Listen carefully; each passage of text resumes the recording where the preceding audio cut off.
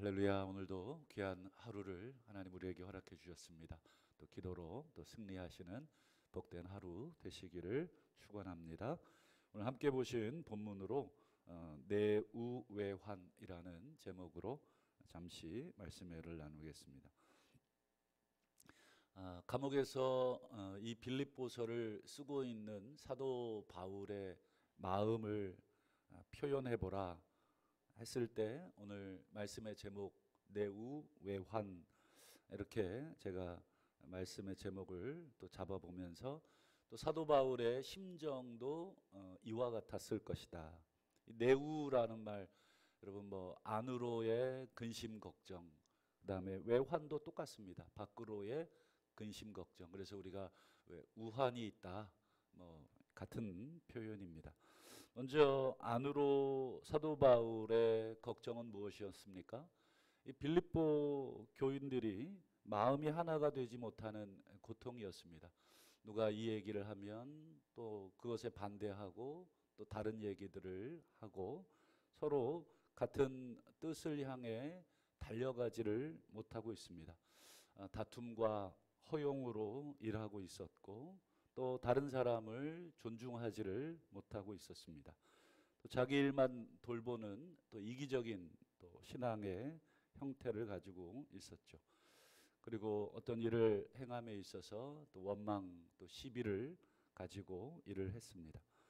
이 모든 것들에 대해서 사도 바울이 평가하기를 그렇게 사는 것은 하나님이 받으실 수 없는 흠이 있는 재물이다, 이렇게 제사 용어로 교인들의 삶을 지적을 했었습니다. 이제 3장에서 이게 바로 2장의 내용이었다면 이제 3장 오늘 우리가 이제 마무리를 지으려고 하는데 3장에서 사도 바울은 이제 밖에서의 걱정, 지난 3장 2절을 한번 화면을 통해서 한번 보시겠습니까? 개들을 삼가해라. 굉장히 강한 표현이죠. 개들. 아주 경멸의 표현입니다. 행악하는 자들을 삼가해라. 그러니까 개들과 행악하는 자들은 똑같은 사람들을 지금 지칭하는 다른 표현이겠고, 그 다음 이걸 또 못 알아들을까봐 몸을 상해하는 자들, 몸을 상해하는 일을 삼가해라. 몸을 상해한다는 것은 이 할례를 완곡하게 표현한 것입니다. 이 할례를 받는 것은 남성의 신체의 일부를 잘라내는, 즉 상하게 하는 일이기 때문에 그 상해하는 일, 즉 할례 받는 일을 조심해라. 한마디로 할례를 받는 자들, 할례를 주장하는 자들을 조심해라. 이게 전부 다 누구를 가리키는 우회적인 표현입니까? 유대인들을 가리키는 우회적인 표현입니다. 유대인들을 왜 이렇게 삼가하라? 왜 사도 바울은 유대인을 이렇게 경멸하고 있고 또 빌립보 교인들에게도 그들을 멀리해라, 그들을 삼가해라, 그들과 교제하지 마라, 이렇게 표현을 했을까? 여러분, 빌립보 교회를 사도 바울이 세웠잖아요. 그리고 세운 다음에 사도 바울이 빌립보 교회를 떠나게 됩니다. 떠나게 되는 중요한 그 이유, 가장 중요한 이유가 유대인 때문이었습니다. 유대인들이 폭동을 일으켰고 그리고 바울을 무력으로 쫓아냅니다. 그래서 사도 바울이 결국은 도망을 칠 수밖에 없었죠. 그래서 여러분, 바울이 떠난 그 빌립보 지역에 남아있는 이 빌립보 교인들을 유대인들이 괴롭힙니다. 여러분, 어떻게 괴롭혔을까? 충분히 우리가 유추해 볼 수가 있습니다. 뭐라고 괴롭혔겠냐면 바울이 전한 복음을 정면으로 일단 반박을 합니다. 바울이 우리가 보신 것처럼 자기가 얻은 의는 율법에서 난 의가 아니라 예수 그리스도를 믿음으로 말미암은 의입니다.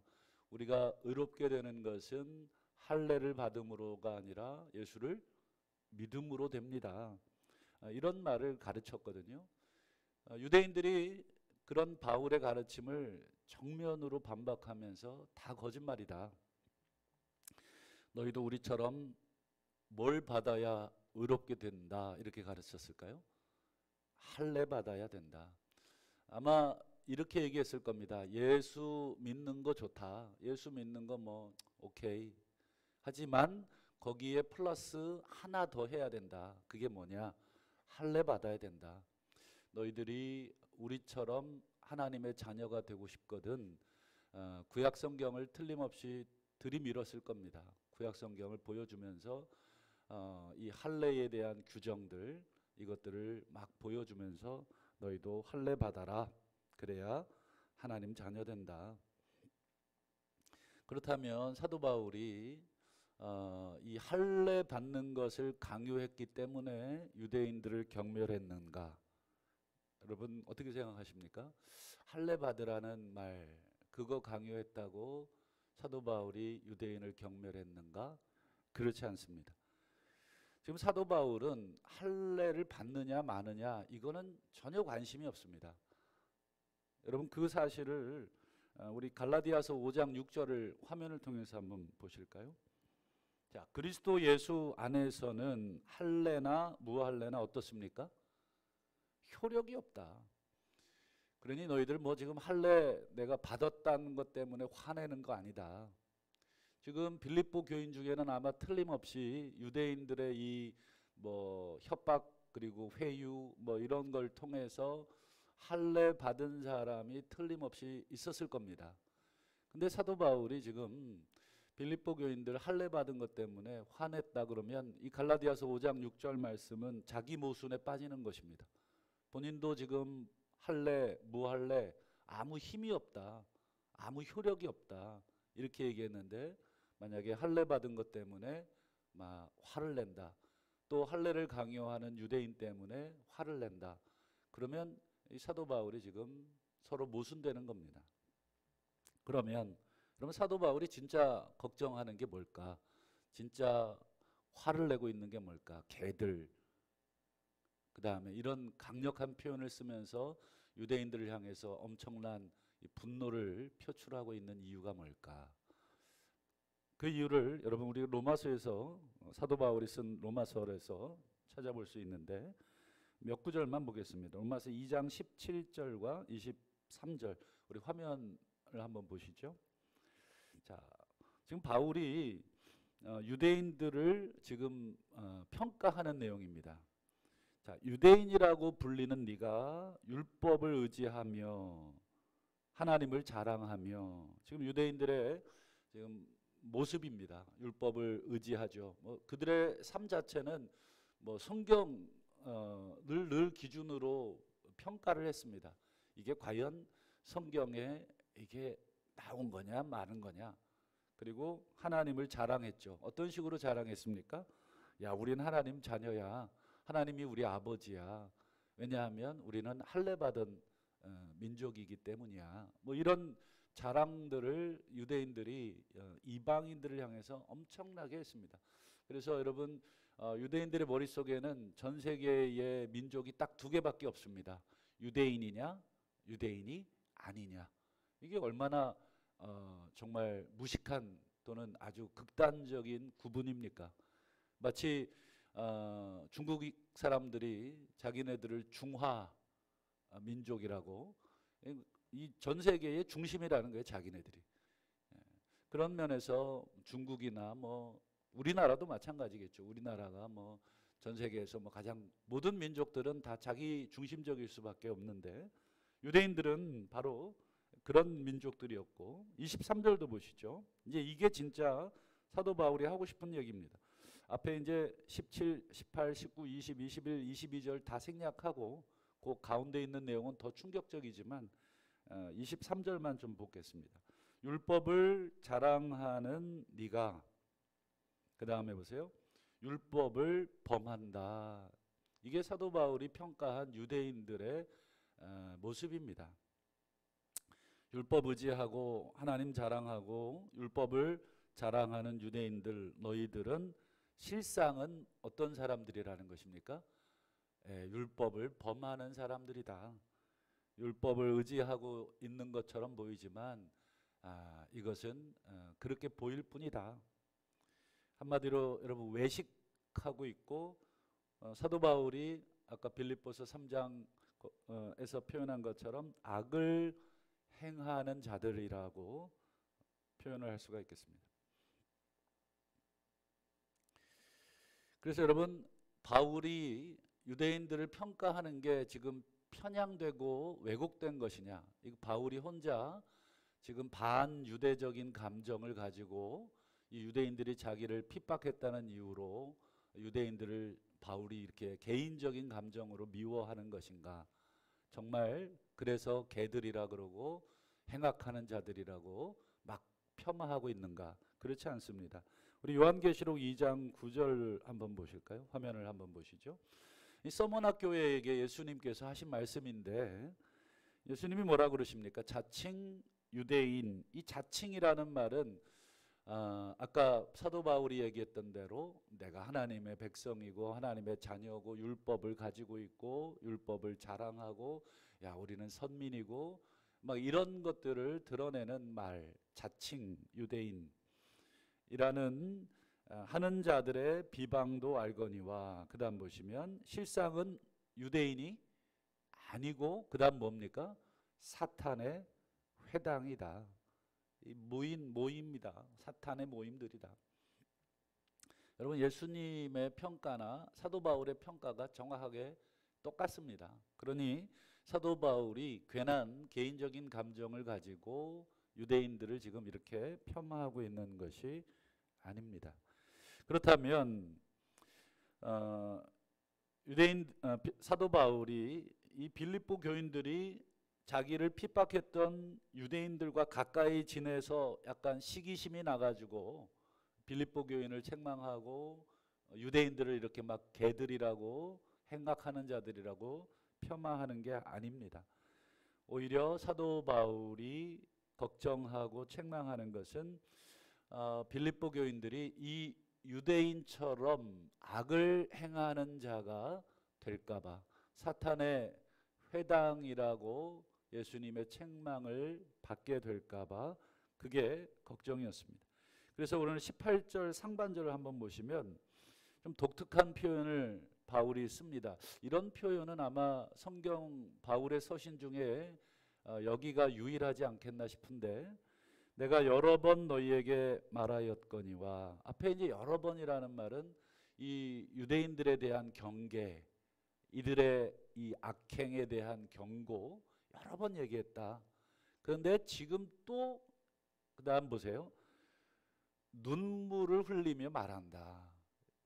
사도 바울이 어디에서 이렇게 눈물을 흘리면서 말한 적이 있었는가? 물론 복음을 위해서, 교인들을 위해서 기도하면서 눈물을 흘렸겠지만 이렇게 지금 직접적으로 내가 눈물을 흘리면서 지금 이 편지를 쓴다. 그만큼 이 사도 바울의 안타까움과 분노와 뭐 이 복잡한 눈물이겠죠. 걱정의 눈물, 또 분노의 눈물, 또 괴로움의 눈물. 그러면서 여러분 사도 바울이 유대인들의 진짜 모습을 드러냅니다. 우리 18절 하반절과 19절 하반절을 한번 보시죠. 우리 화면을 한번 보시죠. 자, 그들은 그리스도의 십자가의 원수로 행하는 자들이다. 그리고 이 19절 하반절에도 보면 그들은 땅의 일을 생각하는 자들이다. 여러분 십자가의 원수라는 말이 무슨 뜻일까요? 이 십자가를 안 믿는다는 뜻입니까? 그렇지 않습니다. 이건 뭐 믿고 안 믿고의 문제가 아니라 전혀 하나님의 십자가가 하나님의 뜻이니까 하나님의 뜻대로 전혀 살지 않는다. 입으로는 내가 하나님의 자녀고 백성이고 뭐 이렇게 자칭 그렇게 얘기하지만 실제로는 전혀 하나님의 뜻과는 무관하게 자기들의 뜻대로 산다. 그게 뭐냐면 19절에 땅의 일을 생각하는 자들. 땅의 일을 생각한다. 이 말은 은유적으로 비유적인 표현입니다. 헛된 영광 이런 뜻이겠죠. 하늘의 일은 하나님의 영광이라면 땅의 일은 자기들의 영광이 되겠습니다. 그러니까 유대인들은 아까도 그 바울이 지적했듯이 이 자랑한다는 거예요. 자기들의 유대인됨을 엄청나게 드러낸다는 것입니다.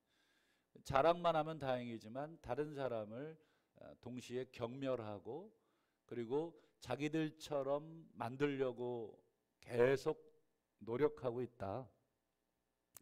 지금 이 문제를 지금 사도 바울이 지적을 합니다. 그리고는 이제 마지막으로 바울이 조금 낯뜨거운 소리를 합니다. 한번 보시죠. 17절을 한번 거꾸로 올라가서 보실까요? 형제들아 너희는 모두 나를 본받으라.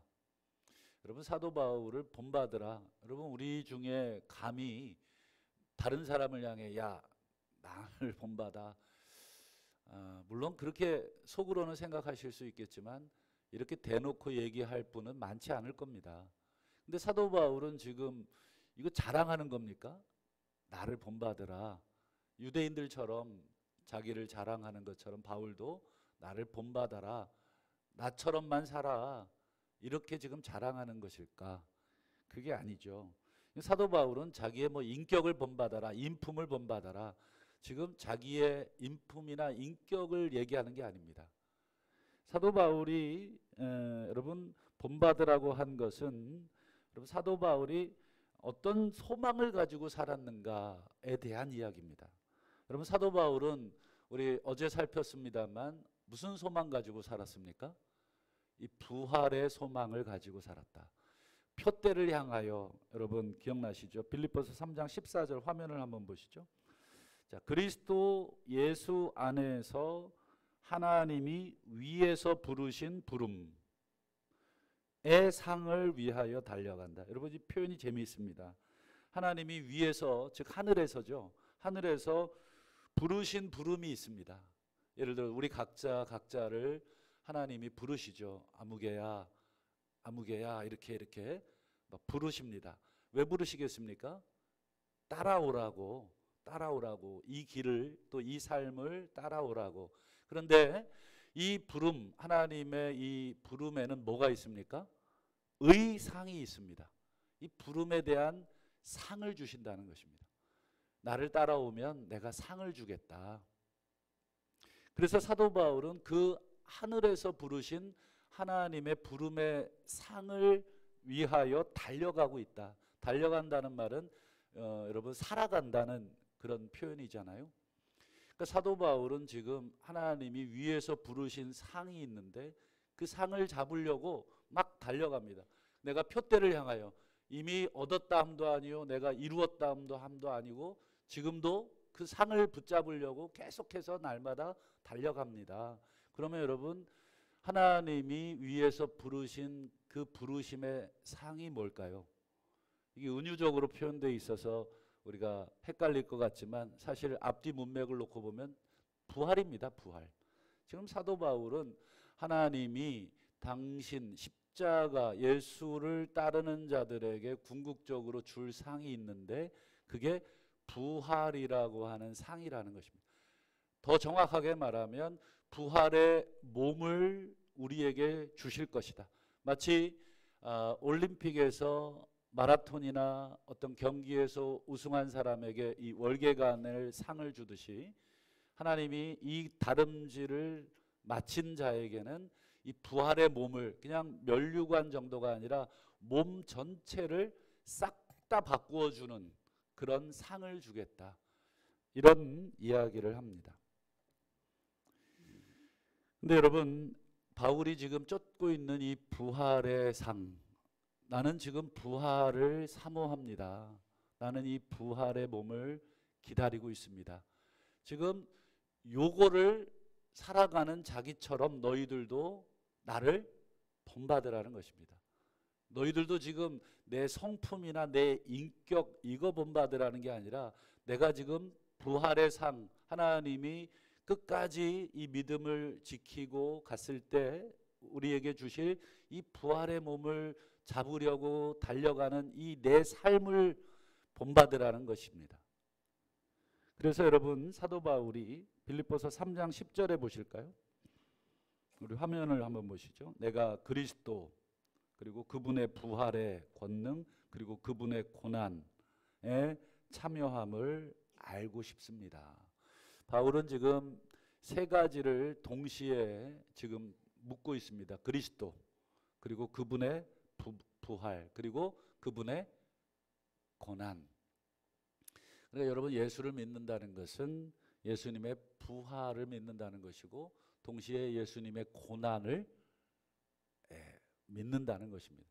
근데 이 세 가지를 여러분 삼위일체처럼 동시에 붙잡으라는 것입니다.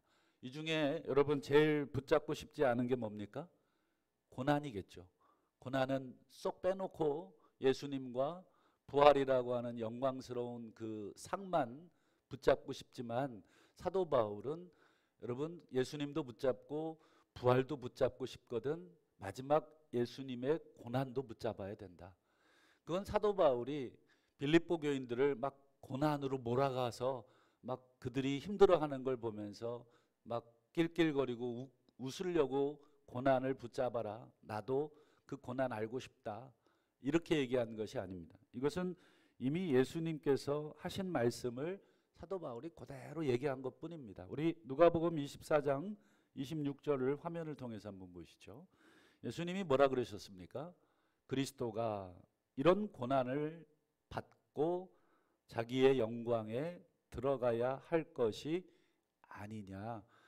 즉 예수님 스스로도 자기가 이 영광, 이거 영광이라는 말은 십자가와 부활을 총칭하는 표현인데, 이 십자가와 부활 속으로 들어가려면 이 고난을 통해, 고난을 받음으로.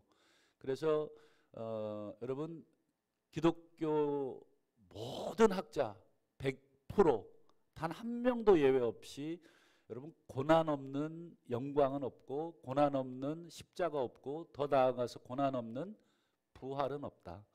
그래서 이 부활의 상, 하나님이 위에서 우리에게 부르신 그 부름의 상인 이 부활을 우리가 사모하는 그런 사람들은 반드시 고난의 삶을 필수 과목으로 선택해야 된다. 이것이 사도 바울이 나를 본받으라 하는 이야기입니다.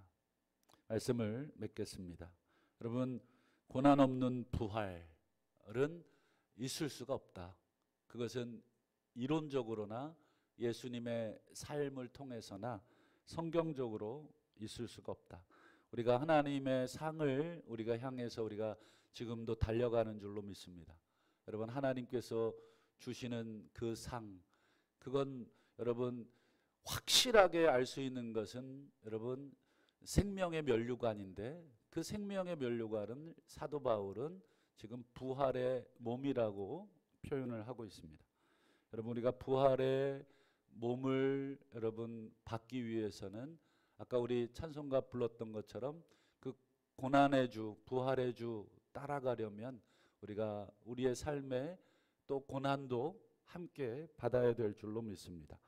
마태복음 7장 14절에 생명으로 인도하는 문, 여러분이 생명이라는 단어에 부활이라는 단어를 넣으면 됩니다. 부활로 인도하는 문 또는 부활 생명으로 인도하는 문은 좁고 길이 어떻습니까? 협착해서 찾는 이가 적습니다. 여러분, 길도 좁고 협착해서 찾는 자가 적다는 것은 아주 힘들다, 이런 뜻입니다.